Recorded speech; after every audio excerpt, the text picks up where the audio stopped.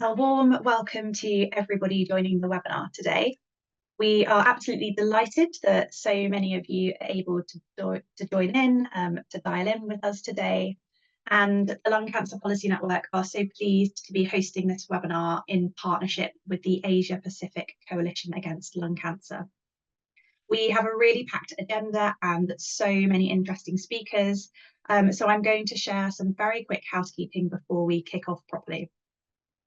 Please use the Q&A box throughout to share any questions or comments that you have. A couple of polls will pop up for you throughout the webinar. And we're also recording this webinar and we'll host it on the network website. I'm really pleased to be handing over to Professor Herbert Leung to give the official welcome today and to set the scene for our discussions. Thanks very much, Eleanor. And I'd like to join Eleanor to welcome all of you to attend today's webinar. Thank you for taking time in your busy schedule to join us, either on a lovely Wednesday afternoon if you're in the Asia Pacific region, or in the morning or in the evening, depending where you're around the world. My name is Dr. Herbert Leung. I'm an associate professor at the Chinese University of Hong Kong with special interests in lung cancer as well as sarcomas and drug development. And certainly I'm very interested and very keen to be able to host this webinar in collaboration with my colleagues from the Asia Pacific Coalition Against Lung Cancer, as well as our colleagues from the Lung Cancer Policy Network. Next slide, please. And before we begin, I just want to set the scene and set the stage of why we're discussing about lung cancer, specifically in the Asia Pacific context. And certainly, this may be a graph or a similar graph you may have seen previously in some of your prior readings and literatures. And it is very important for us to note that the global health burden of lung cancer rests quite heavily on Asia. And in actual fact, looking at these numbers that were reported in the GlobeCan in 2020, we're talking about 59.6% of new lung cancer cases being from the Asian or Asia Pacific region. And in actual fact, in terms of deaths, we're talking about 62%. So the burden of lung cancer certainly is global, but Asia bears the brunt of lung cancer. And certainly we as a community or as a group really do have to put a lot of effort and emphasis in trying to prevent lung cancer, or at least to early detect lung cancer to improve patients' survival. Next slide, please. And we're actually at a very pivotal moment when it comes to trying to make a difference for people who are affected by lung cancer. We know that there are several countries with already established large-scale screening programs. Certainly some of them are actually within the Asia Pacific region. There are, of course, some in Europe, as well as some in North America and South America as well. And many of these actually have formal commitment to introduce screening or are engaged in implementation research. As we know that the implementation of targeted low-dose CT screening gains pace, it is essential that we try to optimize these programs to ensure that they achieve the desired impact on population health. Next slide, please. And we know that in terms of screening, the most well-established technique for screening is using low-dose CT scans, and this offers a significant potential for early detection. We do know that clinical trials have shown that targeted low-dose CT screening can reduce mortality from lung cancer by up to a quarter. And this is mainly achieved by the fact that we are detecting lung cancer early in asymptomatic patients, shifting the stage of diagnosis to an earlier stage, therefore allowing them to be treated earlier with potentially more curative treatment options, and then at the end of the day, of course, extending survival. We also know that when these LDCT screening programs are actually optimized, the risk of having false positive results is actually relatively low. And the worry about having overdiagnosis or having false positive and subsequent treatment management confusions may not necessarily be the case, as long as we have good pathways identified in terms of the referral of patients after initial screening processes. Next slide. So we also know, however, that a lot of the screening data or the information that we have obtained from screening in terms of the literature, in terms of experience, are mainly from the Western population. And we know that within the Asia Pacific region, or at least in East Asia or in South Asia, we actually do see a very different type of lung cancer. In terms of age, for example, the average age of onset of lung cancer is actually younger in Asia than in Caucasians. We know that there are potential risk factors which are more prevalent in the Asia-Pacific region, such as occupational exposure, such as air pollution being a major problem within some of the areas in our region, especially the issue of PM 2.5. We also know, of course, that in terms of prevalence of lung cancer, we do see a higher number of female lung cancer diagnoses, as well as the non-smoking population being one of the key populations of lung cancer, again, less seen in the Western population. Moreover, in terms of the molecular diagnosis, as well as the molecular pathology, we know that within the Asia-Pacific region, in East Asia, EGFR is a major driver for lung cancer. And certainly we know that in this particular population, there are already adjuvant treatments available with significant impact to survival. And that, at the end of the day, will also have very severe implications in terms of diagnosing these patients early stage disease, therefore requiring adjuvant treatments, and the impact in terms of the health system, health expenditure, and the overall population as well. Next slide. So I'm very pleased to be one of the members of the Asia Pacific Coalition Against Lung Cancer, or the APCLC. And this is just a quick slide showing you the steering committee members of this particular group.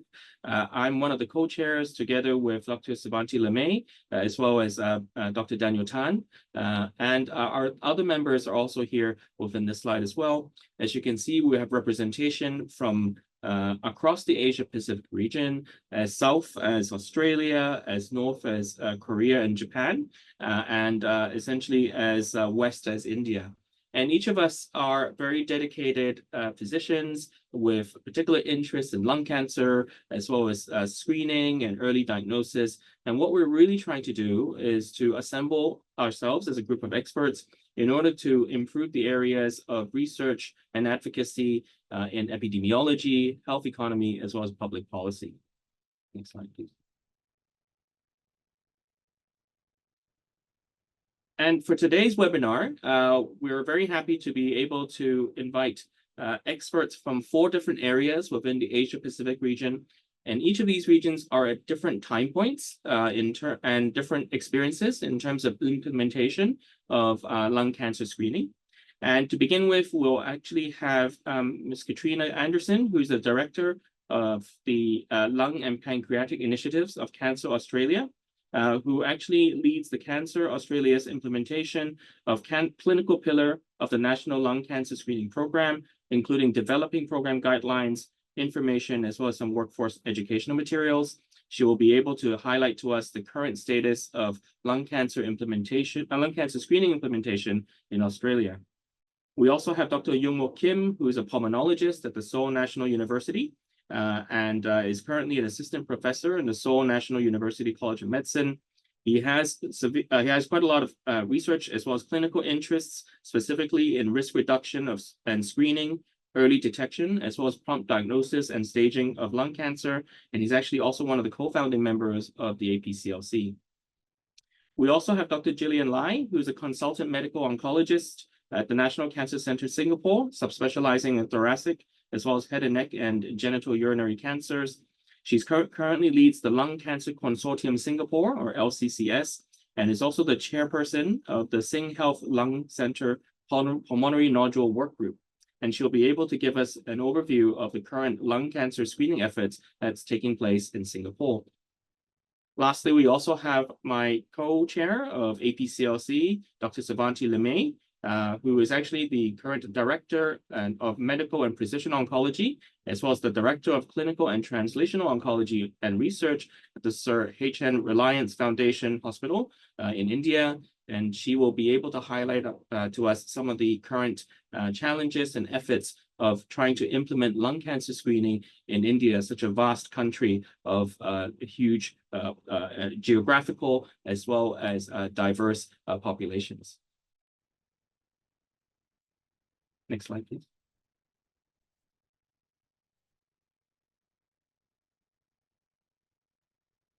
And with this, I would like to pass it back to Eleanor, who would start off talking to us a bit more about how the Lung Cancer Policy Network supports screening implementation. So over to you, Eleanor.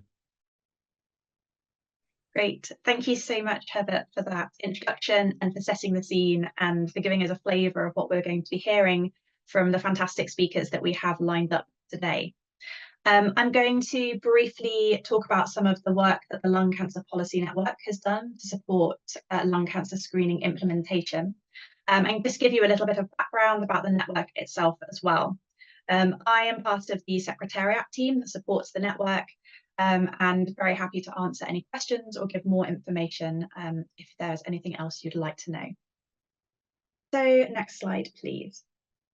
The Lung Cancer Policy Network is a multidisciplinary community. It has over 82 members at the moment from all around the world, and it includes patient organisations and advocates, lung cancer experts, clinicians, academics, and also industry partners. And the network comes together and collaborates to develop evidence-based network member-informed resources that touch on screening implementation, improvements around early detection and diagnosis, and also cover kind of the whole care pathway for lung cancer. And we also act as a forum to support sharing of best practice and knowledge exchange.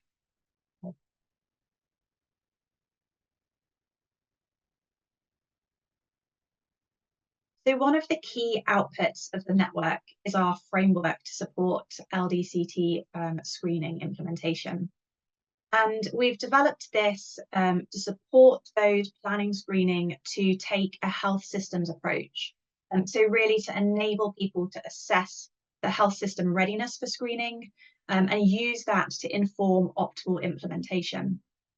So we recognise that not all health systems will be fully ready for screening implementation, but at the same time, this shouldn't delay planning, and this resource is really meant to support that planning. So by using the framework, those who are planning or looking to implement a lung cancer screening programme can gain a really detailed understanding of any gaps that may need to be addressed, and also how to address them. And this really aims to support them to design and implement high quality screening programs. The framework itself is part of a broader implementation toolkit. And as I said, overall, this really aims to support optimal implementation of lung cancer screening. Next slide.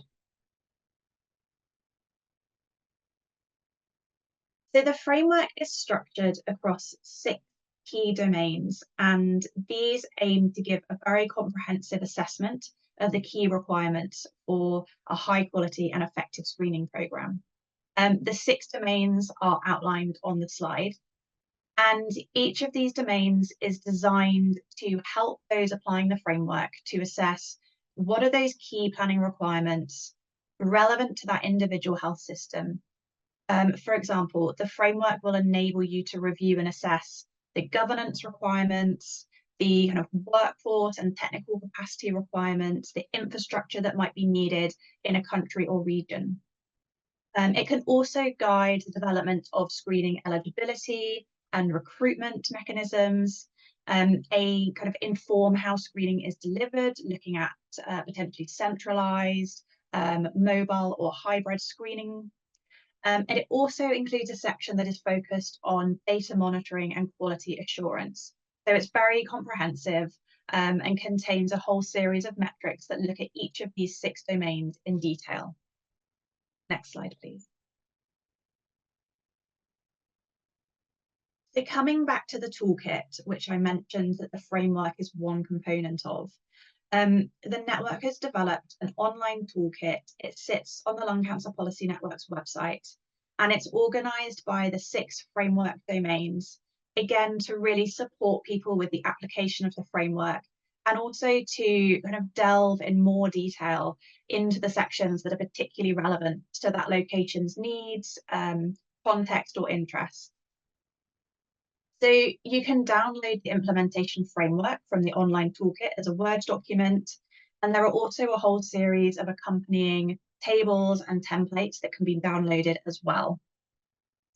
The toolkit itself is, as I said, kind of designed to align with each of the 6 domains of the framework.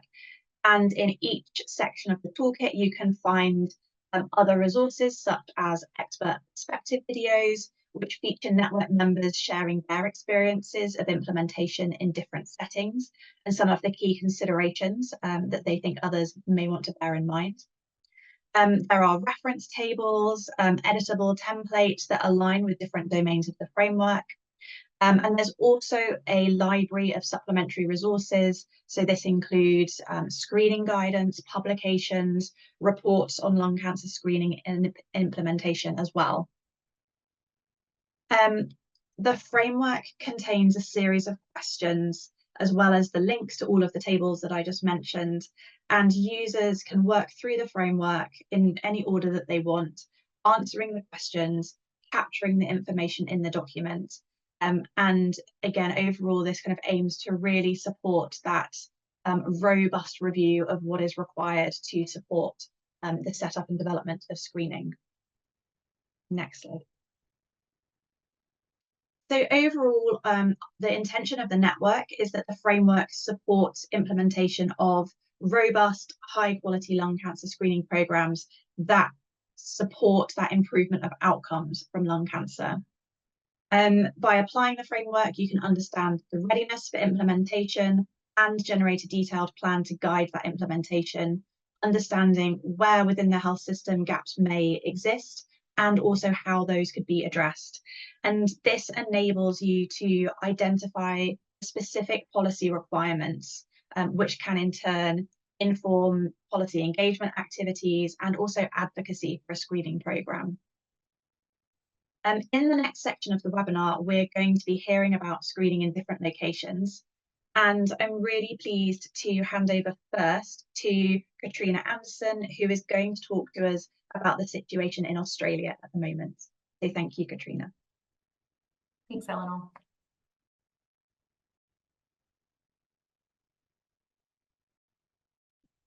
Thank you, and good evening, everyone. Thanks for the invitation to present on lung screening in Australia. I will first start by acknowledging the traditional owners of the lands which I'm joining from today, the Dharawal people, and pay my respects to elders past and present, and also extend that to any Aboriginal and Torres Strait Islander people joining the webinar tonight. Next slide, please.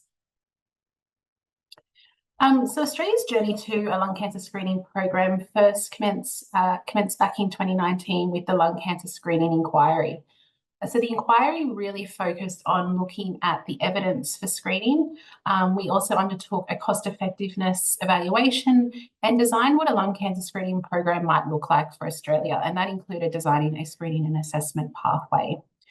From the inquiry, a feasibility assessment was undertaken, and this really focused on scoping guidance, information and communications needed for a program, exploring workforce roles, looking at CT infrastructure capability and capacity across Australia, as well as putting forward an application for a program to our Medical Services Advisory Committee.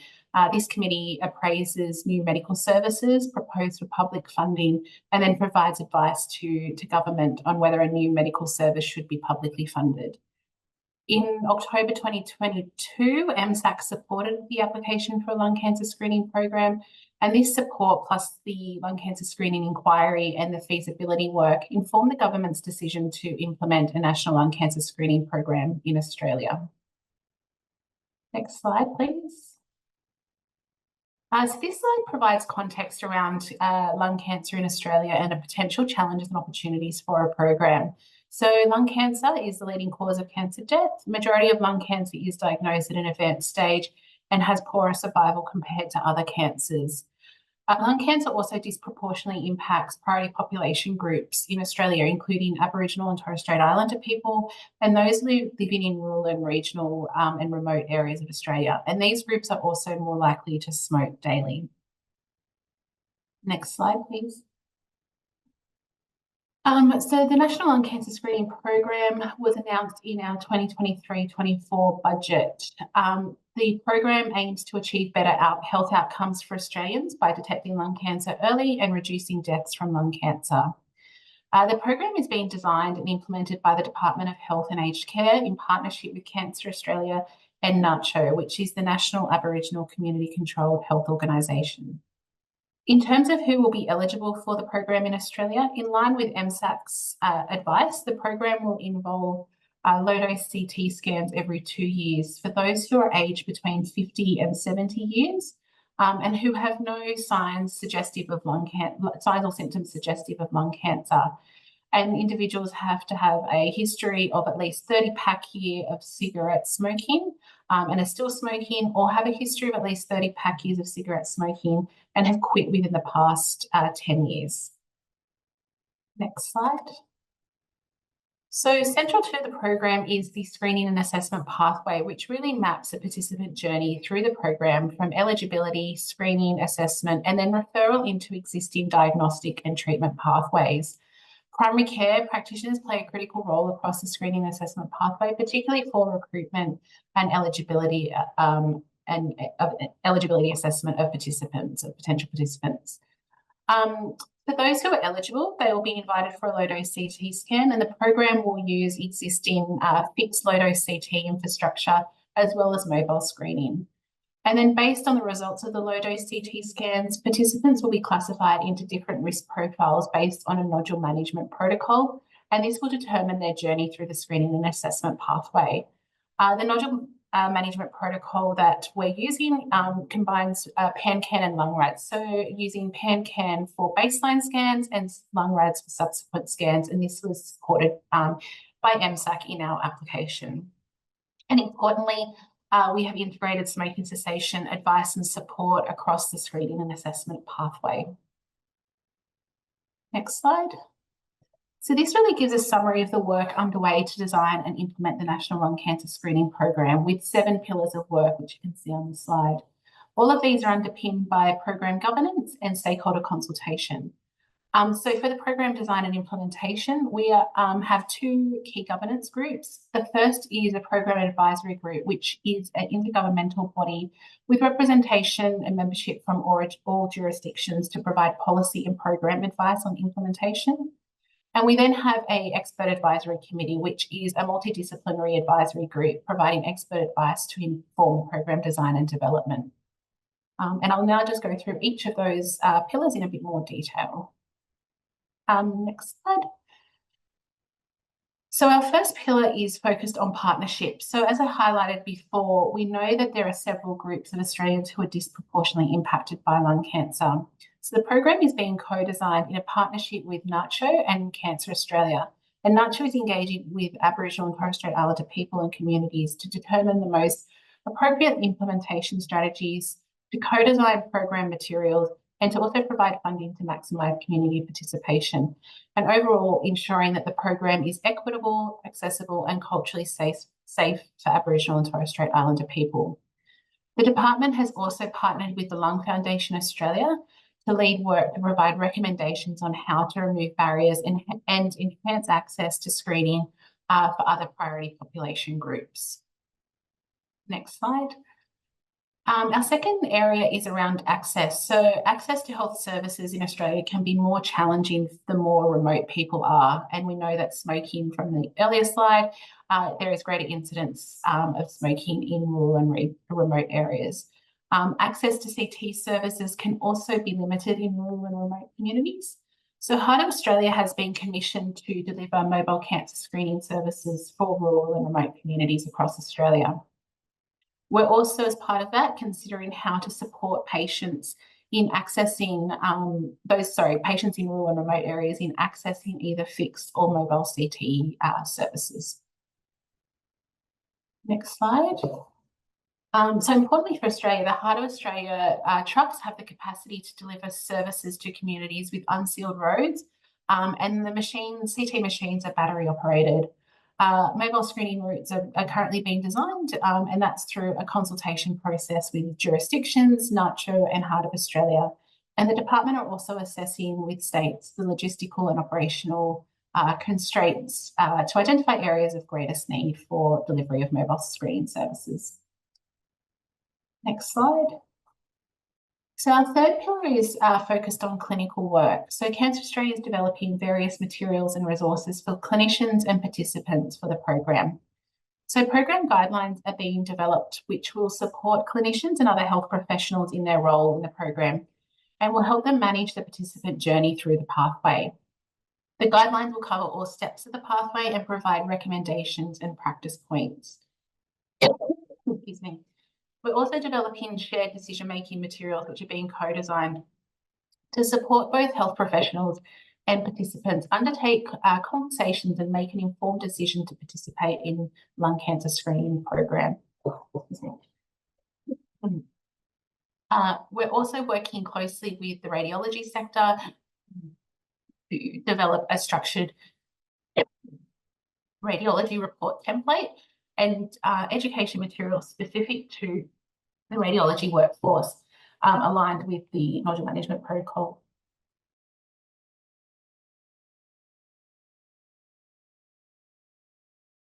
Sorry about that.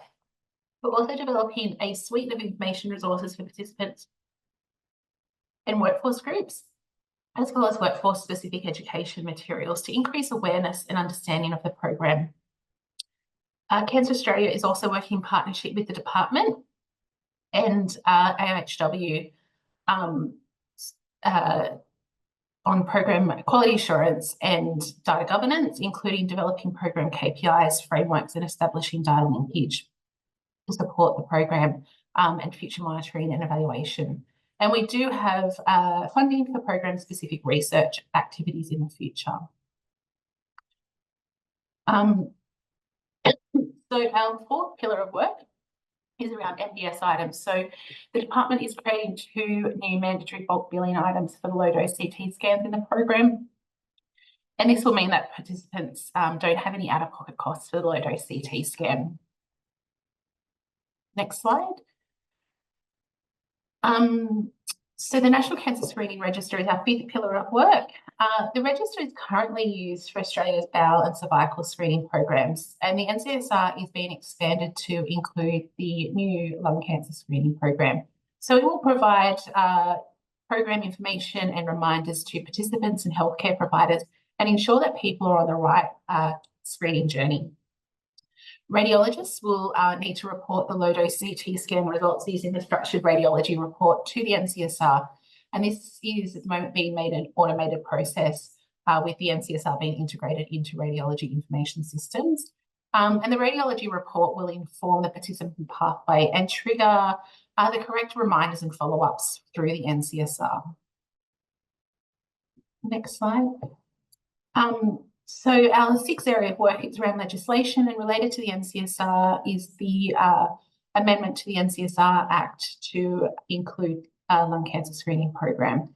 And we're also now starting work on the Minister's rules, which will outline program operations such as mandatory reporting requirements for radiologists.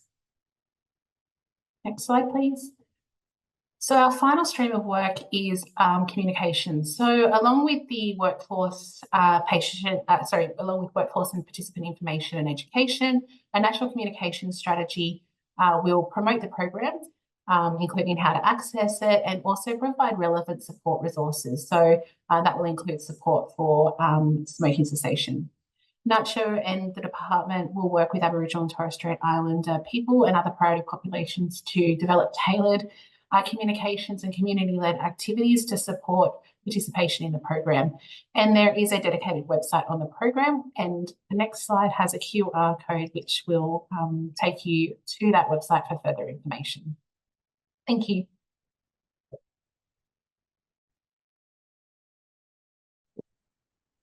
Great. Thank you so much, Katrina, for that overview. And I think it's just so amazing to see how much planning and development has already gone into getting to this stage, and it's very, very exciting to see what's kind of coming next.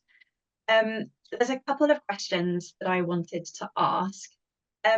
So I guess there's one around, are there any kind of key lessons or kind of reflections that you have for those who are just kicking off this kind of first planning stage? That you kind of would now reflect on or do differently or think have worked really, really well based on that experience of getting to this point that you're now at? Thanks. I think Cancer Australia website actually does include all of the reports on our feasibility and lung cancer screening inquiry, so people are able to access those. I think reflecting back, really important to establish to look at the evidence, which really helped shape what our program looks like, and really starting with that screening and assessment pathway being a core piece to really build all the other materials and requirements that fit around the program. So that is the kind of a core piece that feeds into a lot of the work that we've done over the last few years and are doing now for the implementation of the program. We've undertaken stakeholder consultation through all phases of our work. So back in the lung cancer screening inquiry, first starting with workshops, but also undertaking a public consultation process where we heard from various people in the sector, consumers, peak bodies, colleges, individual clinicians as well around lung cancer screening and what that could look like for Australia. And then I think continuing that, obviously, in the feasibility work, and critical for Australia was our application to our Medical Services Advisory Committee to get support for publicly funding the low-dose CT scans as part of the program as well. I think challenges for Australia around, our sparse country and especially, access to low-dose CT scans, but having the mobile screening will really support access across Australia. Yeah, absolutely. And someone has also asked that you kind of mentioning there will be mandatory reporting by radiologists in Australia. And we're wondering, is that partly due to some of the emerging kind of AI cancer detection tools? Do you kind of think this might make screening more efficient, cheaper potentially at a national scale, or is it kind of still quite early days? I think that might be a little bit early. I guess the part of the mandatory reporting, so that's a requirement for using the MBS item to bulk bill patients for the scan. And the mandatory reporting means that we're developing that structured radiology template to ensure that there's consistency in how scans are reported, that are reported using PanCan at baseline and lung rads for future scans, and that all scans are reported on into the NCSR, so that that's that function of managing the participant journey, making sure people are having on that right pathway alongside usual care, and receiving, their scans at the right interval and receiving those reminders as well. Thank you so much. So I'm conscious that we have got some other kind of country situations to talk through. Please, those who are watching, I can see that there's more kind of questions going into the Q&A box. So keep asking. If there's any time at the end, we can share more questions to the group as a whole. And we can also always follow up and kind of ask and share questions and answers. So thank you so much, Katrina, for sharing that experience, that perspective from Australia. And so following that overview, we are now welcoming Yeon Wook Kim to talk to us about the situation in South Korea at the moment. Hello, everyone. Thank you for the introduction.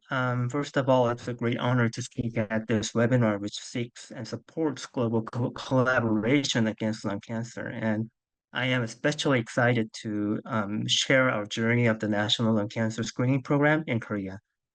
Next slide, please. So I'll first start with the process of building our National Lung Cancer Screening Program in Korea.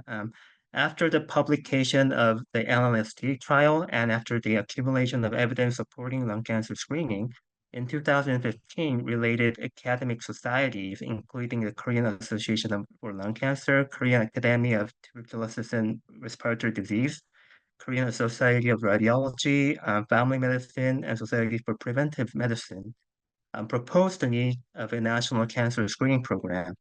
Then, with the funding from the government, we launched the K-Lucas project from 2017 to 2018, which aimed to evaluate the feasibility of implementing a national lung cancer screening program in Korea. This study was conducted in 14 general hospitals with enrollment of high-risk population in concordance with the LLST criteria. After the successful finish of the K. Lucas project, the Korean government initiated the National Lung Cancer Screening Program from August 2019, which provides biannual LDCT screening for current smokers aged 54 to 74 with more than 30 pack years of smoking history. Next slide, please. So the K. Lucas study aimed to check on the feasibility of 5 major domains, which are very important instruments, which are also mentioned by Katrina. First, we examined if the targeted eligible high-risk individuals would be included in the lung cancer screening program when offered a low cost or free as would be in a national program. And the second feasibility category was the screening efficiency. We evaluated if is it feasible to improve the screening efficiency on a national scale in 3 perspectives: early stage cancer detection, cost effectiveness, and the effectiveness of smoking cessation intervention. And third, we evaluated the harms related to screening in 3 perspectives. It would be the false positive rates and the number of complications during confirmative diagnosis and the impact of screening on participants' anxiety about having a lung cancer. Fourth, we evaluated the capability to control the screening quality, which involved a standardized reading system and network-based support of interpreting the CT results. The fifth feasibility category was the level of current infrastructures to implement the National Lung Cancer Screening Program, which included the number of radiologists, number of qualified CT scanners, and of course the budget. Next slide, please. So from the 1990s, Korea already had a national cancer screening program involving 5 types of cancer, which is stomach, liver, colon, breast, and cervix.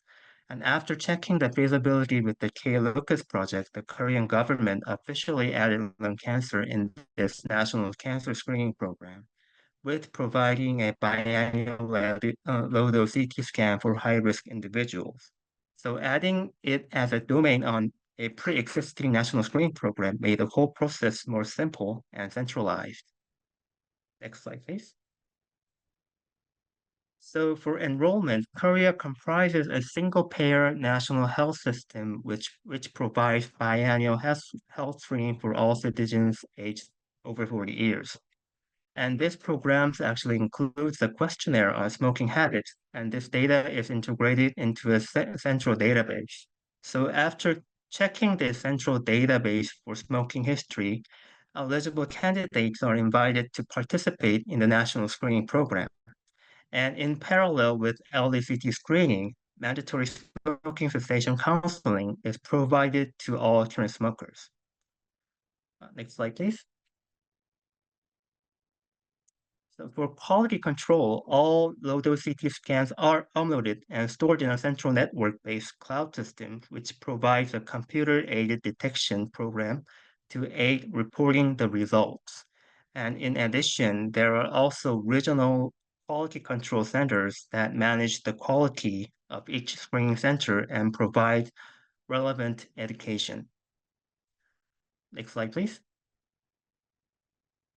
Because Korea has a single-payer unified national health insurance system, the lung cancer screening program is also totally centralized and maintained in a part of the national health insurance system. Therefore, we started as a centralized screening program and had a relatively high uptake rate from the beginning, over 33%. And by accumulation of more efforts, the uptake rates are recently exceeding 50%. Next slide, please.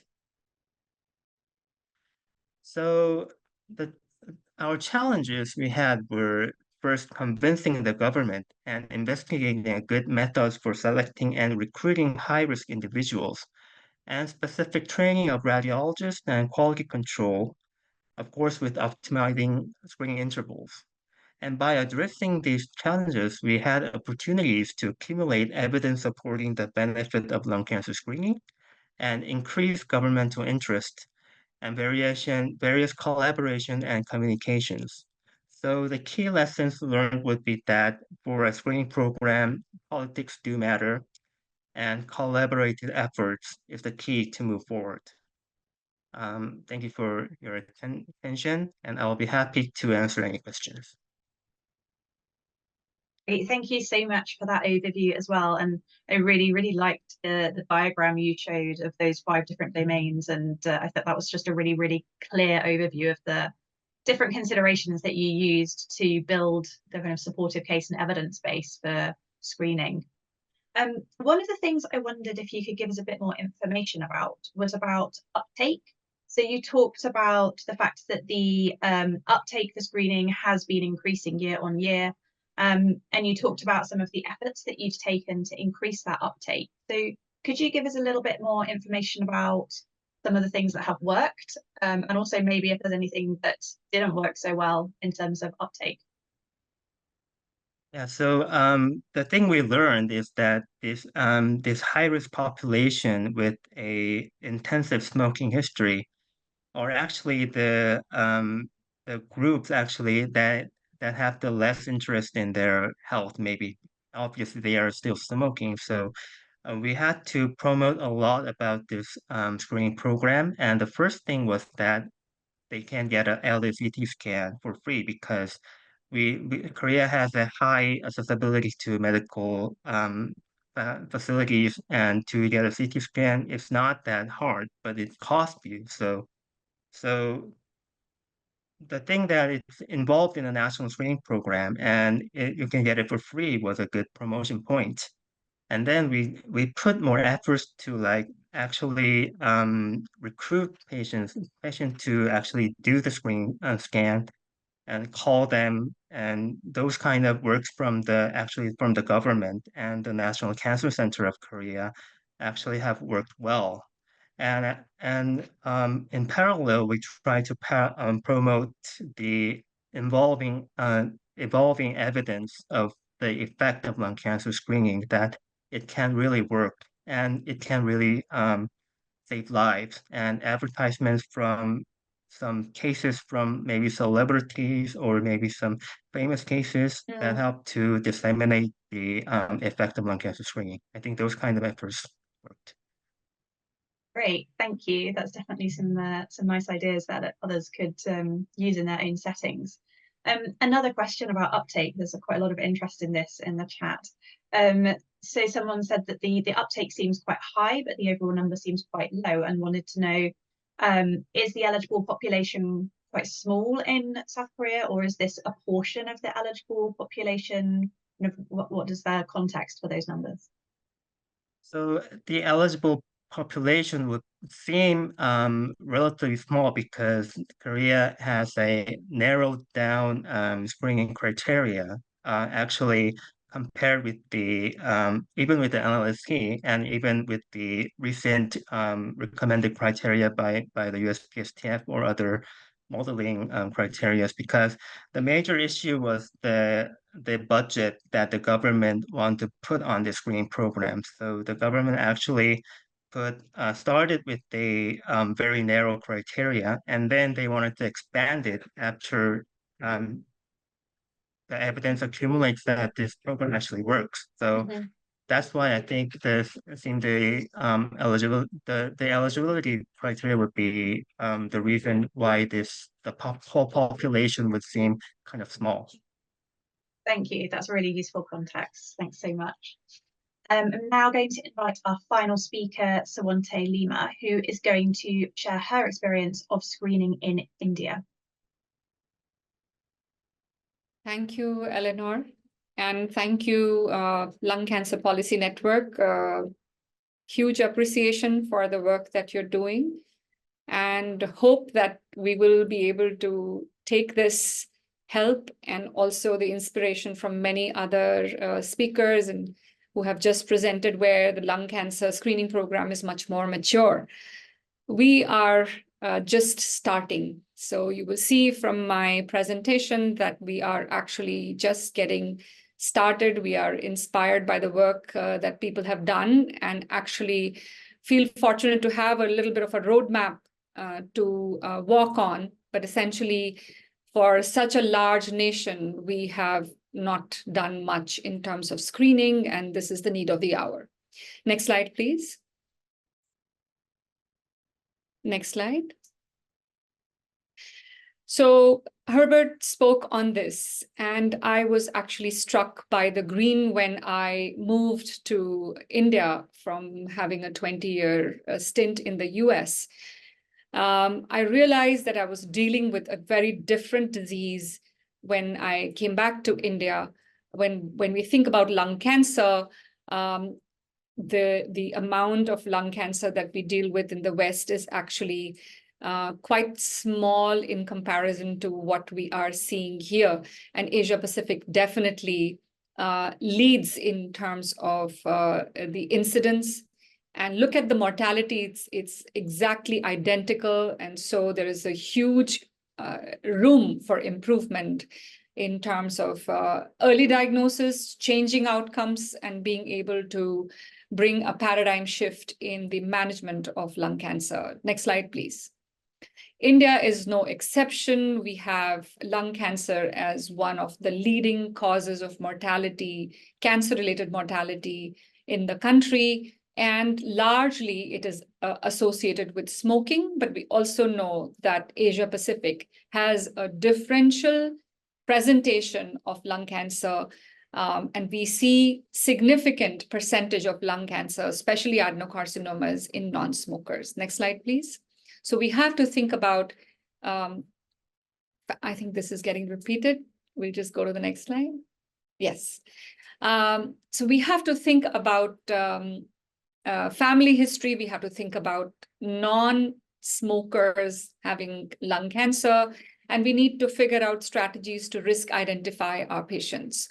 This image is a stamp to what is happening in India. If you see, the numbers are identical to incidence and mortality, and really brings home the message that we need to start early. We need to identify high risk, stratify our patients.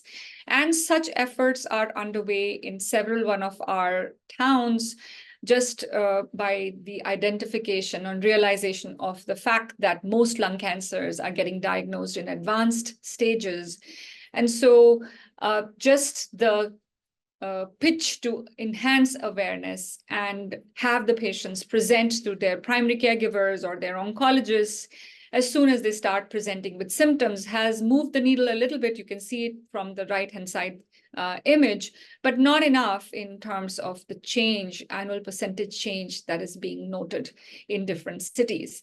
Next slide, please.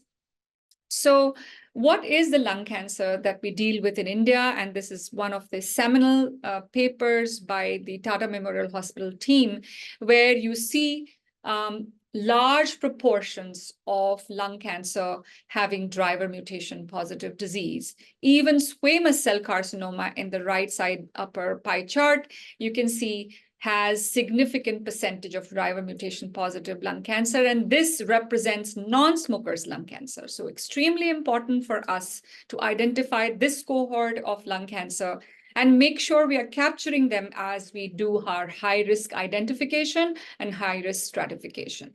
Next slide, please.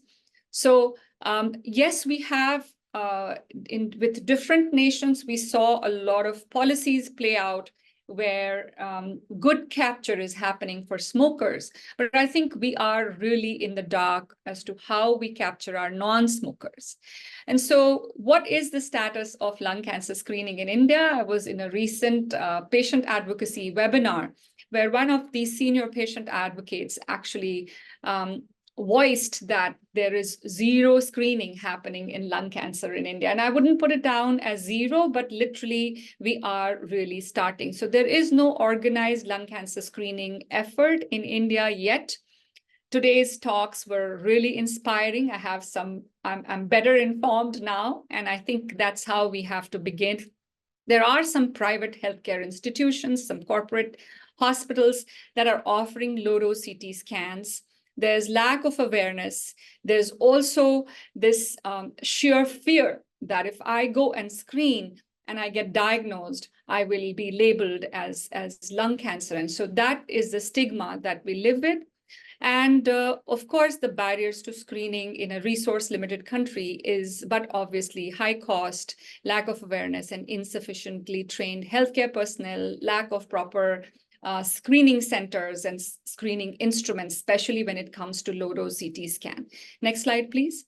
One of the other very big challenges in India is still the fact that we are only beginning to participate in smoking cessation programs.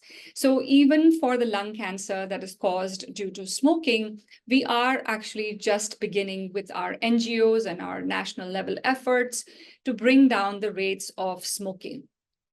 A lot of work is happening in biomarker identification and especially liquid biopsy. And we participated in a clinical trial in my previous institution with Datar Genetics, where we are looking at liquid biopsies for smokers, high-risk identified patients. And in addition to radiologic finding, looking at liquid biopsy and biomarkers in blood to identify those patients that should then undergo biopsy. And this would help to prevent false positive and unnecessary anxiety and over-testing in these patients. So a lot of efforts happening in terms of research for identification of high-risk smokers and non-smokers, but there is an urgent need for organized lung cancer screening and to focus specifically on this cohort of patients that are labeled as high risk. Next slide, please. So some of the basic efforts that have come through, we have now expert opinion statement by the Association of Physicians of India, where we see some directive to following a pulmonary nodule lung cancer screening flowchart. And they have presented, next slide, they have presented their challenges and solutions in which mainly they talk about high-risk identification and low-dose CT scan becoming available and more trained personnel to conduct these CT scans, because India is a large nation with over 1 billion population. And you can imagine we just cannot cater to all this population unless we high-risk stratify our patients. Next slide, please. Another small effort in 350 smokers where these nodules were categorized into category 1, 2, 3, and 4. And the category 4 nodules were then biopsied, out of which lung cancers were found. They were diagnosed at early stage. One of the questions that we were asked when preparing for this presentation was, did the screening effort help move the dial for early lung cancer identification? And whatever data I have seen and the local efforts that we have made has helped identify these patients early. So that is a real, that is the real advantage, and that is where the dial gets moved. Next slide, please. So at our center, we are operating through the Precision Oncology Center, where we are organizing a precision cancer prevention program. We interface with our community health outreach initiative, which is headed by Dr. Swati Jha. And we then interface through our patient navigation program called Sarthi, which is being manned by Dr. Chetan Madre at our center. And with this, we are trying to tie the loose ends and hold our patients as they transition through identification in the outreach clinic to being brought to the center for the different screening tests, including the low-dose CT. And we are looking at also biomarker identification studies, which will help understand these patients better, considering India is a country where you have tuberculosis endemically, and a lot of these patients may have false positive results. And to minimize the anxiety and over-testing for these patients, we wish to also collaboratively put biomarker identification with liquid biopsies in the future. Right now, next slide, please. Through our outreach program, this is a flowchart of how we man our patients. Next slide, please. So we have the outreach clinic that helps identify different malignancies that is getting screened. Next slide. We have screened last year over 100,000 patients. And in that, lung cancer patients were also identified, especially the high-risk lung cancer patients were identified. Next slide, please. And you can see here that around a couple of thousand of high-risk lung cancer patients after identification, a handful of them were then referred for further investigation and referred to oncologists and ended up getting identified as early stage lung cancer and treated. Next slide, please. This brings me to the last slide, and I know we are completely out of time.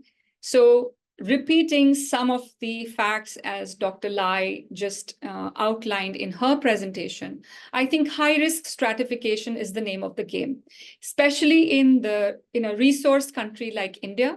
We absolutely need to not just understand which smokers need to be screened. Of course, smokers need to be screened, but which non-smokers need to be screened. And I think that remains the most critical question as we walk through this path of screening for lung cancer and help build our own rules and guidelines and make a national level pitch.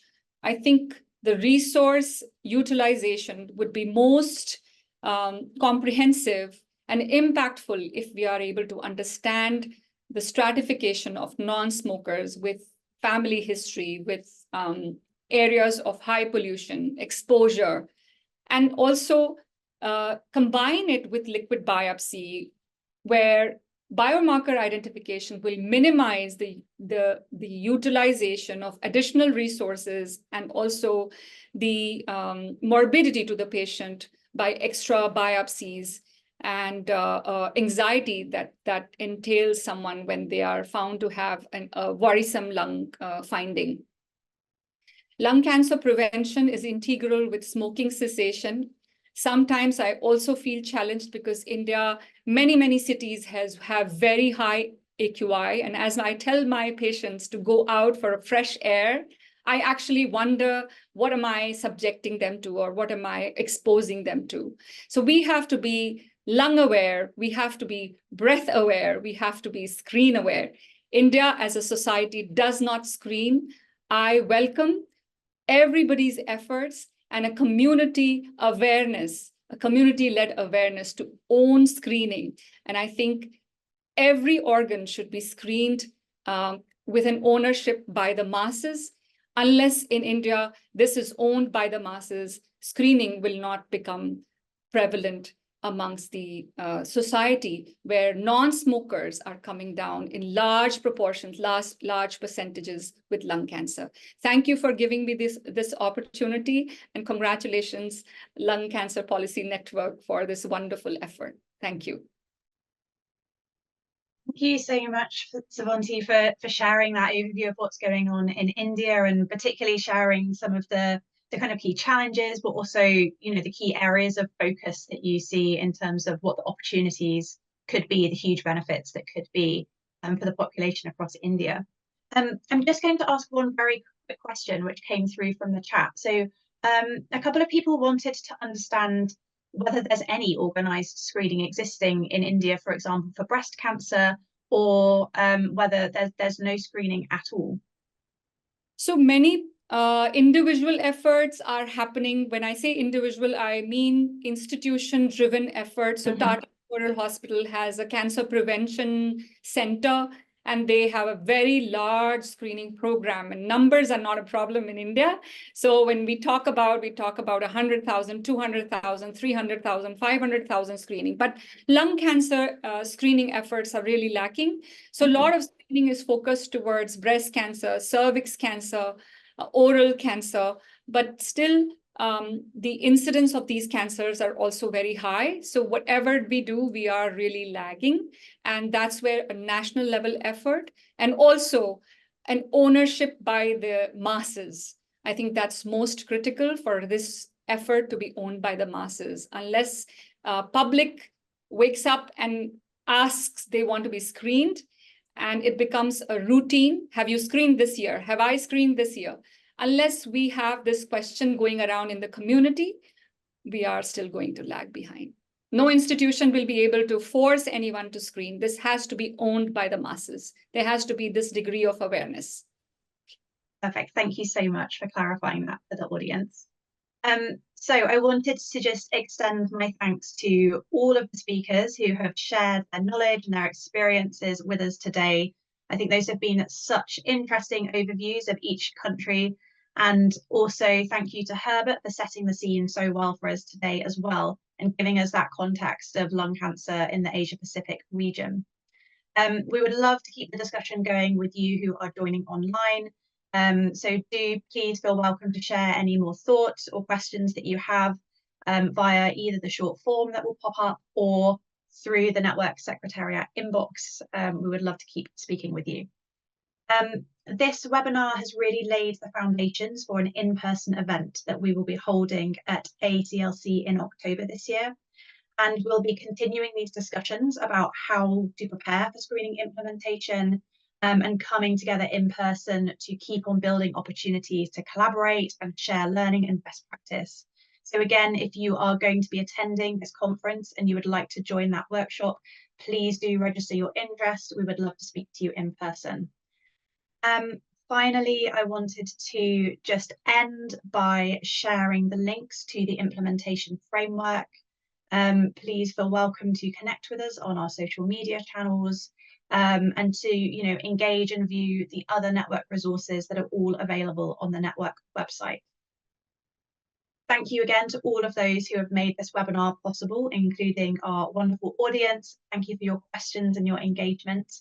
I really look forward to connecting with many of you in person in October and continuing to see screening for lung cancer grow as a priority around the world. Thank you.